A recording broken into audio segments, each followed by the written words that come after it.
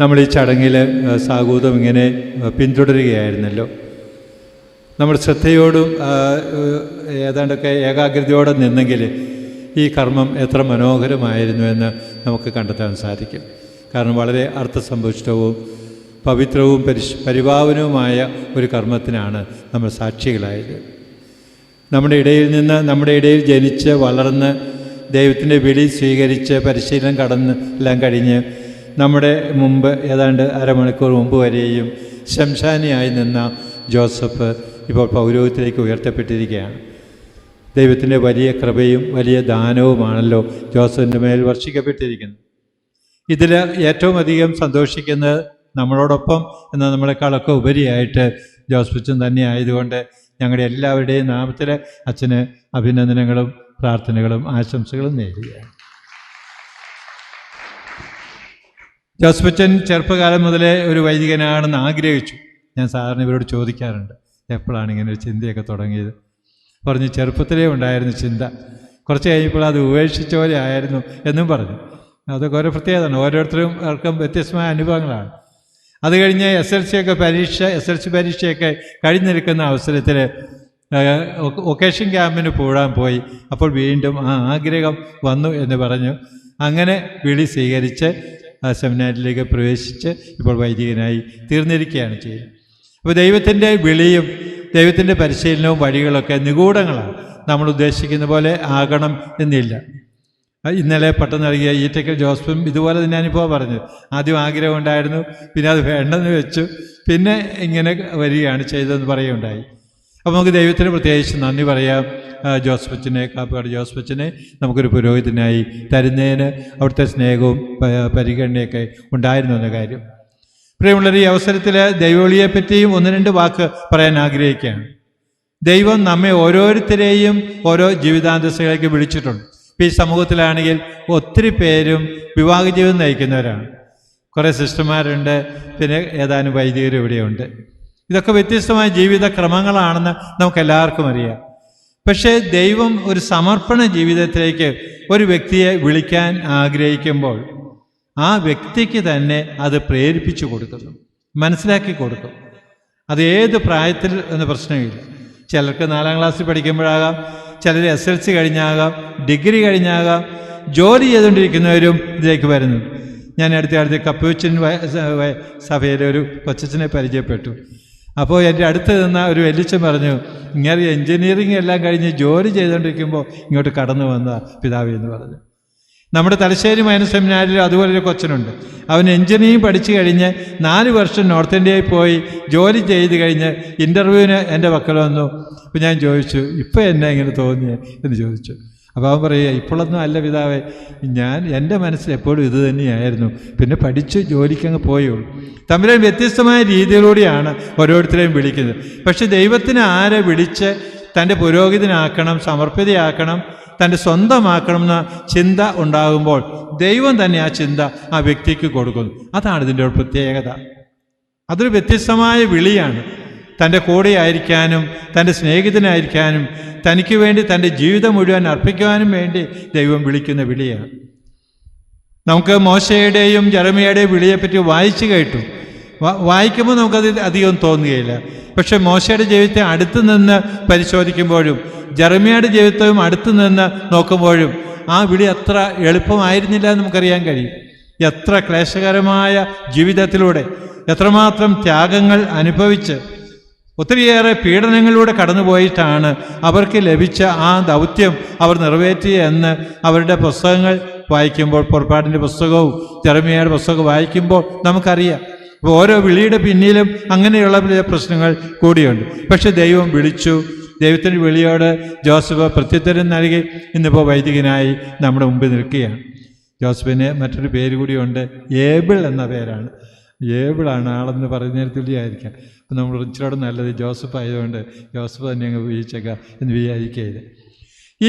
ഈ ജോസഫോട് നമ്മുടെ കൂടെ വൈദികനായി നിൽക്കുമ്പോൾ ജോസഫിനോടൊപ്പം ജോസഫ് കഴിഞ്ഞാൽ പക്ഷേ ഏറ്റവും അധികം സന്തോഷിക്കുന്നത് ഈ മാതാപിതാക്കളും സഹോദരനും വല്യപ്പച്ചനും വല്യമ്മച്ചിമാരുമാണ്. അപ്പൻ്റെ പേര് ജോസാണ്, സൂസിയും അപ്പനും അമ്മയും, യേശൽ സഹോദരൻ തീർച്ചയായിട്ടും അവർക്ക് 2 മക്കളാണ്. ആ 2 മക്കളിൽ ഒരു മകനെ പൗരോഹിത്യത്തിലേക്ക് നീക്കി വയ്ക്കുമ്പോൾ അത്ര എളുപ്പത്തിലല്ല അവർ ചെയ്തത്. ശരിക്കും ഒരു വിശ്വാസമുള്ള കുടുംബമായതുകൊണ്ടാണ് അവർ കർത്താവിനിങ്ങനെ സമർപ്പിക്കാൻ തയ്യാറായത്.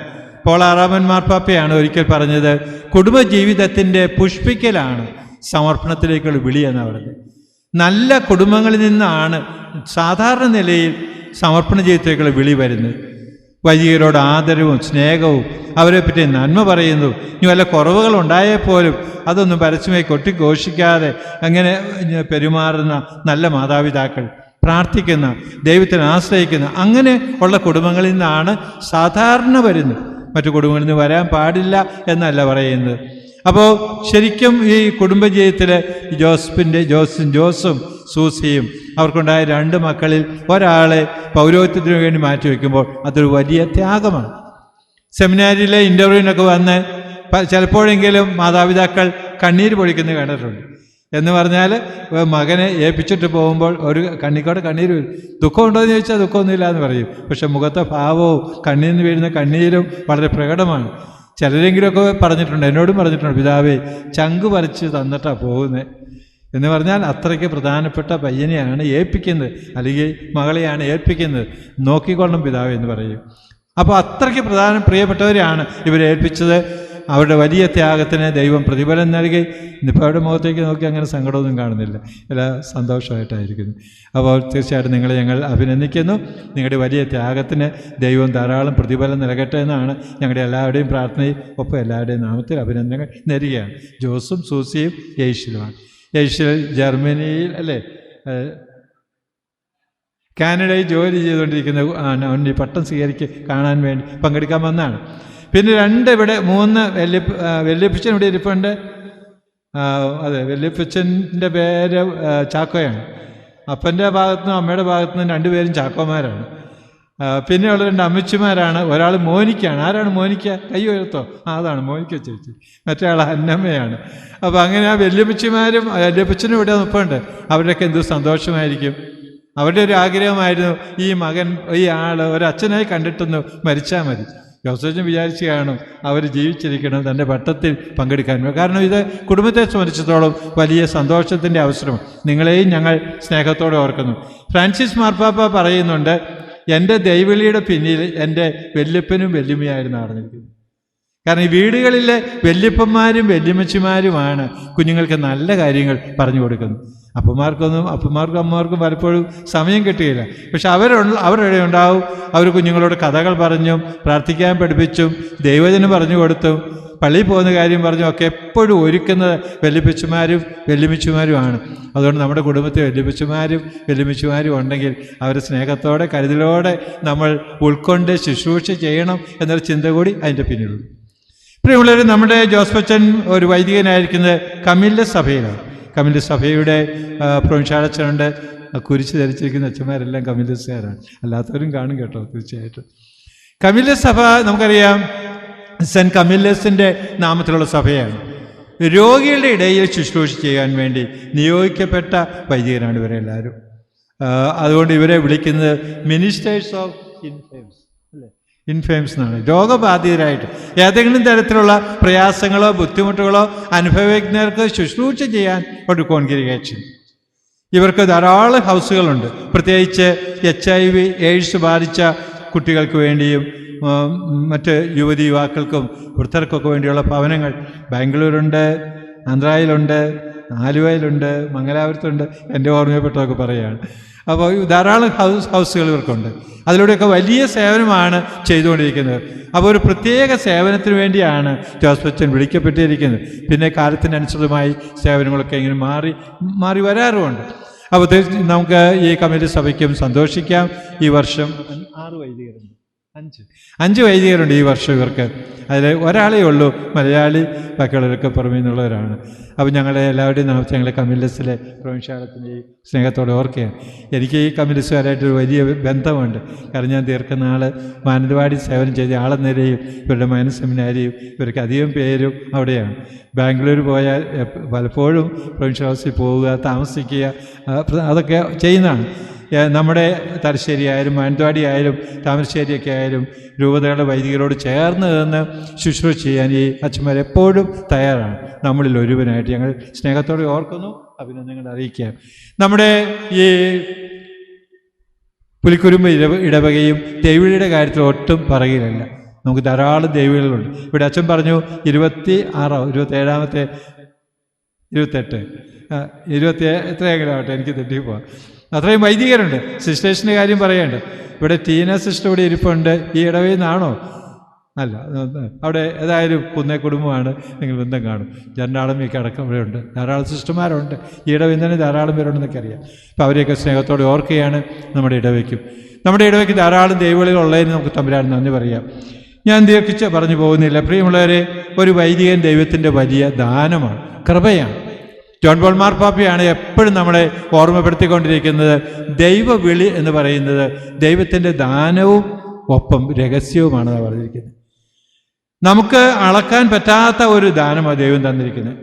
നമ്മുടെ കഴിവുകൾക്കൊക്കെ അപ്പുറമാണ്. നമ്മുടെ പരിമിതികളും നമ്മുടെ കുറവുകളും നമ്മുടെ ബലഹീനതകളും പോരായ്മകളും വീഴ്ചകളൊക്കെ നമുക്കറിയാം, വ്യക്തമായിട്ട് നമുക്കറിയാം. പക്ഷെ ദൈവം അതൊന്നും പരിഗണിക്കാതെ തൻ്റെ പൗരോഹിത്യവും അല്ലെങ്കിൽ സമർപ്പണത്തിലേക്ക് വിളി തന്ന് നമ്മളെ അനുഗ്രഹിക്കുമ്പോൾ അത് ദൈവത്തിൻ്റെ ദാനം, കൃപ കൊണ്ട് മാത്രമാണ്.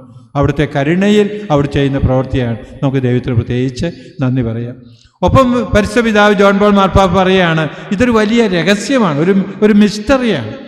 എന്ന് പറഞ്ഞാൽ ഇത് ഈ പൗരോഹിത്യ ജീവിതം ആരംഭിക്കാൻ തുടങ്ങി ഇനി മുന്നോട്ട് പോകുമ്പോഴാണ് അതേപ്പറ്റി കൂടുതൽ നമുക്ക് മനസ്സിലാകുന്നത്.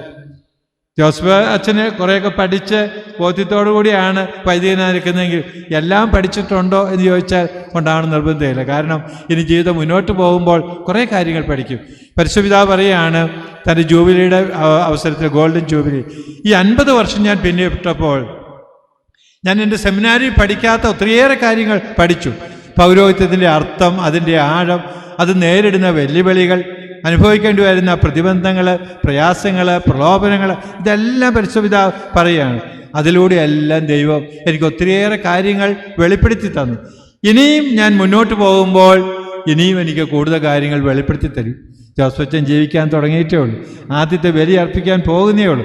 ഇനി എത്ര നാൾ ദീർഘനാൾ ജീവിക്കട്ടെ, എത്ര നാൾ ജീവിക്കുമെന്ന് തമ്പുരാനെ അറിയത്തുള്ളൂ. പക്ഷെ ദൈവം കൂടുതൽ അനുഗ്രഹങ്ങൾ തന്ന് ഈ പൗരോഹിത്യത്തിൻ്റെ മഹത്വം വെളിപ്പെടുത്തി തരും എന്ന് ഉറപ്പാണ്. നന്മ നേരുകയാണ്. പ്രിയമുള്ളവരെ, ഒരു വൈദികനെ സംബന്ധിച്ചിടത്തോളം ഒരു വൈദികൻ്റെ കർത്തവ്യങ്ങൾ എന്താണെന്ന് അച്ഛന്മാർക്കെല്ലാം അറിയാം. ഈ പ്രസംഗം അച്ഛന്മാരെ ഉദ്ദേശിച്ചല്ല, നിങ്ങൾക്ക് എല്ലാവർക്കും അറിയാവുന്നതാണ്. ഇങ്ങനെ പൊതുജനത്തോട് പറയുകയാണ്, ഒരു വ്യക്തി വൈദികനാകുമ്പോൾ അദ്ദേഹത്തെ ഏൽപ്പിക്കുന്ന ദൗത്യങ്ങൾ പ്രധാനപ്പെട്ടത് 3 ദൗത്യമാണ്. അത് നമ്മളിന്ന് കണ്ടു. സുവിശേഷം അദ്ദേഹത്തെ ഏൽപ്പിക്കുകയുണ്ടായി. സുവിശേഷം ഏൽപ്പിച്ചുകൊണ്ട് പറഞ്ഞത്, കർത്താവിൻ്റെ സുവിശേഷം നിന്റെ ജീവിത നിയമമായിരിക്കട്ടെ.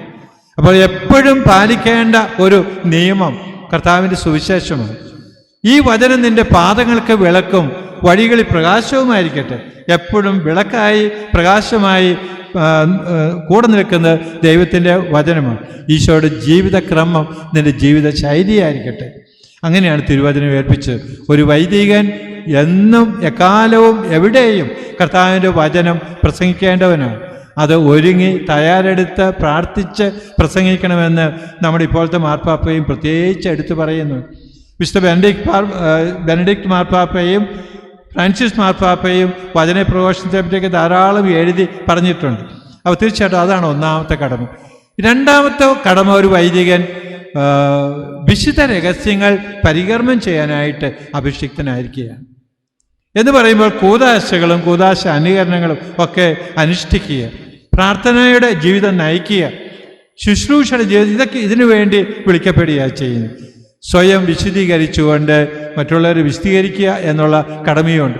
യോഹന്നാന്റെ സുവിശേഷം വായിക്കുമ്പോൾ 17:19 ഈശോ പിതാവിനോട് പ്രാർത്ഥിക്കുകയാണ്, പിതാവേ, എന്നെ വിശദീകരിക്കണം, അതുവഴിയായി ഞാൻ മറ്റുള്ളവരെ വിശദീകരിക്കാൻ വേണ്ടി. ഈശോയെ വിശദീകരിക്കേണ്ട ആവശ്യമൊന്നുമില്ലായിരുന്നു. പക്ഷേ ഈശോ പിതാവിനോട് പ്രാർത്ഥിക്കുകയാണ്, നീ എന്നെ വിശദീകരിക്കണം, കാരണം എൻ്റെ വചനം കേൾക്കുന്നവരും എന്നിൽ വിശ്വസിക്കുന്നവരും വിശദീകരിക്കപ്പെടാൻ വേണ്ടി. ഒരു വൈദികൻ കൂദാശകൾ ശ്രേഷ്ഠമായി പരികർമ്മം ചെയ്യുമ്പോൾ അതിലൂടെ തന്നെ വിശദീകരിക്കുകയാണ്, മാത്രമല്ല മറ്റുള്ളവരെയും വിശദീകരിക്കുന്ന കർമ്മം. ഏറ്റവും ശ്രേഷ്ഠമായ വിശുദ്ധ കുർബാന ഇന്ന് ആദ്യമായിട്ട് അർപ്പിക്കുമ്പോൾ എത്രമാത്രം തീക്ഷ്ണതയോടുകൂടി ആയിരിക്കും അർപ്പിക്കുന്നത്, അതുപോലെ തന്നെ ജീവിതകാലം മുഴുവൻ അർപ്പിക്കാൻ സാധിക്കണം. വിശുദ്ധിയോടും പരിശുദ്ധിയോടും കൂടി അത് അർപ്പിക്കുമ്പോഴാണല്ലോ കൃപ കിട്ടും. മൂന്നാമതായിട്ട് ഒരു വൈദികനെ നമ്മൾ അഭിഷേകം ചെയ്യുന്നത് മറ്റുള്ള ജനത്തിന് ശുശ്രൂഷ ചെയ്യാൻ വേണ്ടിയാണ്. ശുശ്രൂഷ പൗരോഹിത്യമാണ് നമുക്ക് കിട്ടിയിരിക്കുന്നത്. ഈ കഴിഞ്ഞ ഒക്ടോബർ മാസത്തിൽ റോമിൽ നടന്ന സിനഡിൽ നമ്മുടെ പാമ്പ്ലാനി പിതാവ് പങ്കെടുത്തു. പിതാവ് സിനഡ് കഴിഞ്ഞ് അതിൻ്റെ പ്രത്യേകതകളെ പറ്റി പലവട്ടം നമ്മളോട് പറയുകയും എഴുതുകയും ചെയ്തിട്ടുണ്ട്. ഈ റോമിലെ സിനഡാത്മകതയെപ്പറ്റി ചർച്ച ചെയ്ത ഒരു സിനഡാണ്. ഒരുമിച്ച് നടക്കുന്ന സഭ. ഒരുമിച്ച് നടക്കുമ്പോഴാണല്ലോ പരസ്പരം കാണുന്നത്, വർത്തമാനം പറയുന്നത്, തമാശ പറയുന്നത്, പരിഭവങ്ങൾ പറയുന്നത്, കുറ്റം പറയുന്നത്, ഇതെല്ലാം ഇതിനിടയ്ക്ക് നടക്കും. ആലോചനകളൊക്കെ നടക്കുന്നുണ്ടാവും. അങ്ങനെയുള്ള ഒരു സഭ, അതാണ് പരിശുദ്ധ പിതാവ് വിഭാവനം ചെയ്യുന്ന സഭ, ദൈവത്തിൻ്റെ ജനം. അപ്പോൾ അങ്ങനെ ഒരുമിച്ച് നടക്കുന്ന ആ ഒരു സഭയിൽ ശുശ്രൂഷയാണ് ഏറ്റവും പ്രധാനപ്പെട്ടത്. എന്നിട്ട് പരിശുദ്ധ പിതാവ് പറയാണ്, നമുക്ക് മാമോദീസയിലൂടെ കിട്ടിയ ആ കൃപയുണ്ടല്ലോ, അനുഗ്രഹം, ദൈവാനുഗ്രഹം, അതാണ് എല്ലാത്തിൻ്റെയും അടിസ്ഥാനമായി നിൽക്കുന്നത്. ആ കൃപയിൽ നിന്നാണ് മറ്റ് കൃപകൾ കൂടുതൽ നമുക്ക് ലഭിക്കുന്നത്. അപ്പോൾ മാമോദീസയിലൂടെ ദൈവത്തിൻ്റെ ജനത്തിന് അവർ പുരോഹിതരാണ്, പ്രബോധകരാണ്, അവർ നായകന്മാരാണ്. അങ്ങനെയുള്ള ജനത്തിന് സേവനം ചെയ്യാൻ വേണ്ടി അവരുടെ ഇടയിൽ നിന്ന് വിളിക്കപ്പെട്ട് പുരോഹിതനായി തീർന്ന വ്യക്തിയാണ് ജോസഫ് അച്ഛൻ. ജോസഫ് അച്ഛൻ്റെ പൗരോഹിത്യം ശുശ്രൂഷാ പൗരോഹിത്യമാണ്. പൊതു പൗരോഹിത്യം അല്ലെങ്കിൽ രാജകീയ പൗരോഹിത്യം എന്ന ആളുകളുടെ പൗരോഹിത്യം. പക്ഷേ രാജകീയ പൗരോഹിത്യം ഉള്ള ജനത്തിന് ശുശ്രൂഷ ചെയ്യാൻ വേണ്ടി ശുശ്രൂഷ പൗരോഹിത്യം കിട്ടിയിരിക്കുന്നു. ഈശോ പറഞ്ഞു, മനുഷ്യപുത്രൻ വന്നിരിക്കുന്നത് ശുശ്രൂഷിക്കപ്പെടാനല്ല, ശുശ്രൂഷിക്കാൻ വേണ്ടി, മോചനദ്രവ്യമായി തീരാൻ വേണ്ടിയാണ്. അപ്പോസ്തലന്മാരുടെ പാദങ്ങൾ കഴുകി മാതൃക കാണിച്ചു തന്ന ഈശോയുടെ ജീവിത പാത തുടരുവാനായിട്ടാണ് അച്ഛൻ വിളിക്കപ്പെട്ടിരിക്കുന്നത്. ശുശ്രൂഷ പൗരോഹിത്യം. ഇതാണ് 3 ദൗത്യങ്ങൾ. ഈ ദൗത്യം ഫലപ്രദമായി കർത്താവ് ആഗ്രഹിക്കുന്ന വിധത്തിൽ ചെയ്തുകൊണ്ട് പോകണമെങ്കിൽ എപ്പോഴും വിശുദ്ധിയോടെ ജീവിക്കണമെന്ന ചിന്ത പറയേണ്ടതില്ല. തമ്പുരാനോട് ചേർന്ന് നിൽക്കണം. ഇന്നത്തെ സുവിശേഷം ഞാനതങ്ങ് തിരഞ്ഞെടുത്തതാണ്. യോഹന്നാന്റെ സുവിശേഷം 15-ാം അധ്യായത്തിലെ 5-ാമത്തെ വചനം വായിച്ചു. പിന്നീട് 7 മുതൽ 10 വരെ വായിച്ചു. 12 മുതൽ 18 വരെ വായിച്ചു. പുസ്തകത്തിൽ അങ്ങനെ കൊടുത്തിട്ടുണ്ട് കൃത്യമായിട്ട്. അപ്പോൾ ആ സുവിശേഷ ഭാഗത്ത് പറയുകയാണ്, കർത്താവിനോട് ചേർന്ന് നിൽക്കുമ്പോഴാണ് നമ്മുടെ പ്രവൃത്തി ഫലപ്രദമായി തീരുന്നത്. കർത്താവിനോട് ചേർന്ന്, കർത്താവ് നമ്മളിൽ വസിക്കുകയും നമ്മൾ കർത്താവിനോട് ചേർന്ന് നിൽക്കുമ്പോഴാണ് നമ്മുടെ പ്രാർത്ഥനകൾ കേൾക്കപ്പെടുന്നത്. അപ്പോൾ നമ്മുടെ പ്രവൃത്തി ഫലമണിയണമെങ്കിൽ, നമ്മുടെ പ്രാർത്ഥന കേൾക്കപ്പെടണമെങ്കിൽ കർത്താവിനോട് ചേർന്ന് നിൽക്കണം. അതാണ് ജോസഫ് അച്ഛനിൽ നിന്ന് തമ്പുരാൻ ആഗ്രഹിക്കുന്ന കാര്യം. നമ്മളിൽ നിന്നും തമ്പുരാൻ കർത്താവിനോട് ചേർന്ന് നിൽക്കുന്ന ഒരു ജീവിതം. മറ്റൊന്ന്, നമ്മുടെ പരിശുദ്ധ പിതാവ് പലപ്പോഴും പറഞ്ഞിട്ടുണ്ട്, ഒരു വൈദികന് 2 നോട്ടങ്ങൾ വേണം. ദൃഷ്ടി, ലുക്ക് എന്ന ഇംഗ്ലീഷിൽ ലുക്ക് വേണം. ഒന്ന്, നിരന്തരം ദൈവത്തെ നോക്കണം. അതാണല്ലോ ഈശോയോട് ചേർന്ന് നിൽക്കുക എന്ന് പറയുന്നത്. രണ്ടാമത്, എപ്പോഴും മനുഷ്യരെ നോക്കണം. ദൈവത്തിൻ്റെ കണ്ണുകൾ കൊണ്ട് മനുഷ്യനെ നോക്കി കാണുന്ന ആ ആർദ്രത, അനുകമ്പ, സ്നേഹം, അത് അത്തരത്തിലുള്ളൊരു നോട്ടം. പ്രത്യേകിച്ച് കമ്മിലെ സഭയിലെ ശുശ്രൂഷ ചെയ്യാൻ പോകുന്നത് പാവപ്പെട്ട മനുഷ്യർക്കാണ് അധികവും. അവഗണിക്കപ്പെട്ടവരും തിരസ്കൃതരും ഒത്തിരിയേറെ വേദനകളിലൂടെ കടന്നു പോകുന്ന ആളുകൾക്ക് ശുശ്രൂഷ ചെയ്യുമ്പോൾ കർത്താവിൻ്റെ ഈ നോട്ടം വളരെ പ്രധാനപ്പെട്ടു. അപ്പോൾ ഈശോയോട് ചേർന്ന് നിന്ന് മനുഷ്യരെ നല്ല ശുശ്രൂഷ ചെയ്ത് മുന്നോട്ട് പോകാൻ സാധിക്കട്ടെ. ജോസഫച്ചനെ ഞങ്ങൾ പരിസ്ഥിതി അമ്മയുടെ കരങ്ങളിലേക്ക് ഏൽപ്പിക്കുന്നു.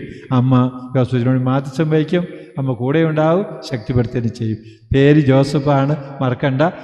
നമ്മുടെ രൂപതയുടെ മധ്യസ്ഥനും യേശുപിതാവ് തന്നെയാണ്. എല്ലാ കാര്യങ്ങളിലും യേശുപിതാവ് നമ്മുടെ കൂടെയുണ്ട്. യേശുപിതാവ് നീതിമാനായിരുന്നു. അതുപോലെ നീതിപൂർവ്വം ജീവിക്കാനുള്ള ആഹ്വാനവും നമുക്ക് ലഭിക്കുന്നുണ്ട്. സഭയിലെ വിശുദ്ധരും വാഴ്ത്തപ്പെട്ടവരും ജോസഫച്ചന് തുണയായിരിക്കട്ടെ. ജോസഫച്ചന് എല്ലാ നന്മയും നേരുന്നു. കുടുംബാംഗങ്ങളെ സ്നേഹത്തോടെ ഓർക്കുന്നു. കമ്മ്യൂണിസ്റ്റ് സഭയെയും നമ്മുടെ ഇടവകയും സ്നേഹത്തോടെ ഓർക്കുന്നു. ഈ കർമ്മങ്ങളൊക്കെ ഏറ്റവും മനോഹരമാക്കുവാൻ ഇതിൻ്റെ പിന്നിൽ പ്രവർത്തിച്ചവർക്കെല്ലാം നന്ദി പറയുമെങ്കിലും ഞാനൊരു വാക്ക് നന്ദി പറയുകയാണ്. എല്ലാവരും ഓർക്കുകയാണ്. പൈമിളിയച്ഛൻ മനോഹരമായ പാട്ട് പാടിയ ജിതിനച്ഛൻ, കൂടെയുള്ള ഞങ്ങളുടെ പേര് ഞാൻ മറന്നുപോയി, എനിക്കറിയാവുന്ന ആളാണ്. ജനിച്ചിലെ പാട്ട് വളരെ മനോഹരമാണ്. വളരെ ഹൃദയസ്പർശിയായിട്ട് അച്ഛൻ പാട്ടൊക്കെ പാടും. കൂടെ നിൽക്കുന്ന ആളും വായിച്ച മോനെ ഓർക്കുന്നു. എല്ലാവർക്കും, ആരൊക്കെ പിന്നിലുള്ളവർക്കൊക്കെ സ്നേഹത്തോടെ നന്ദി പറയുന്നു. പുതുവർഷത്തേക്ക് പ്രവേശിച്ചിട്ട് 2-ാം ദിവസമാണ്. പുതുവർഷം മംഗളങ്ങളും നിങ്ങൾക്ക് നേരുന്നു. ഈ വർഷത്തിൽ കർത്താവ് നിങ്ങളെ ഓരോരുത്തരെയും സമർത്ഥമായിട്ട് അനുഗ്രഹിക്കട്ടെ എന്ന് പ്രാർത്ഥിക്കുന്നു. ദൈവം നമ്മെ അനുഗ്രഹിക്കട്ടെ. പിതാവിൻ്റെയും പുത്രൻ്റെയും പരിശുദ്ധാത്മാവിൻ്റെയും നാമത്തിൽ. ആമേൻ.